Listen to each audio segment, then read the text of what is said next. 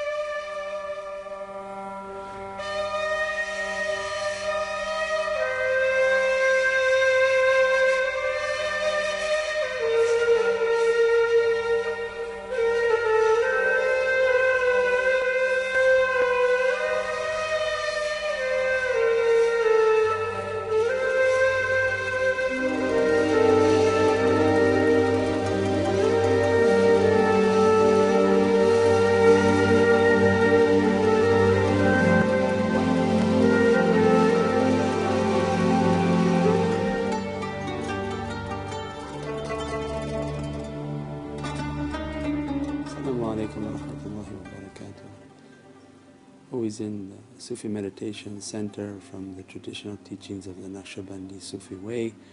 We ask for the support of our beloved Shaykh Sultan al-Awliya Mawlana Shaykh Muhammad Nazim Haqqani, his representatives Mawlana Shaykh Adnan Kabani and Mawlana Shaykh Hisham Kabani.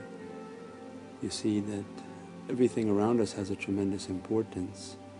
Here we represent the chair of our Shaykh Mawlana Shaykh Hisham, that he's the Shaykh, he's the guide of our Sufi way, and that we are trying our best to understand that reality that God is the Creator and that we are His servants.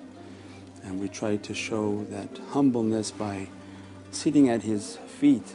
Whether He's present or not present, He's always present with us.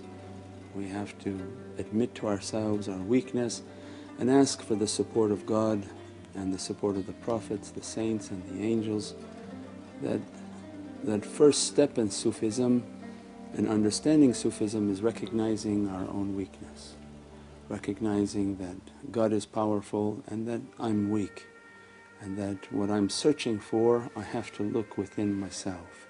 Who knows himself will know his Lord. The process of looking within the self and controlling my desires that Prophet was teaching us and our beloved Shaykhs are teaching us. We have our religion, we have our faith, and we have the state of moral excellence, which is called Sufism, the way of purification. Religion is meant to discipline the physicality. So we all need a form of religion, a source of higher power, a source of divine rules that govern my physicality, that govern my community, that govern my family, my do's and don'ts and the rights and wrongs. Whatever discipline people want to put upon themselves is fantastic, but the main thing is to put a discipline upon the physicality and control what we call like the scale, that there's a body desire, physical desire, and there's a soul desire. Means what we're going to put onto the body has to eat, has to have certain enjoyments and has to have certain restrictions. And we have also to feed the soul, and the soul has its own source of food that's different than the body. So then understanding that and balancing that becomes the entire Sufi path. That this physicality and disciplining the physicality, giving what it needs at times, restricting what it doesn't need at times, and disciplining those desires which bring out then the desires of the soul and the power of the soul. As much as we can bring down the physicality, we can bring up the power of the soul.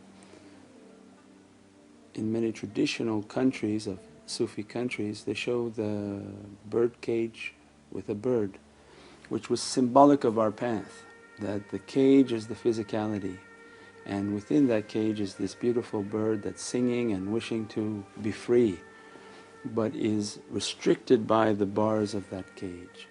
And the physicality is that prison. As much as we give to the physicality of its desires and its ego wants, then those bars become very thick and imprison the soul. And the Sufi path and Sufism is to come and loosen those bars, make those bars to be smaller, open the bars so that that bird can be free. Once that bird flies, means that soul knows where it has to go, knows that it has to go back into the Divine Presence.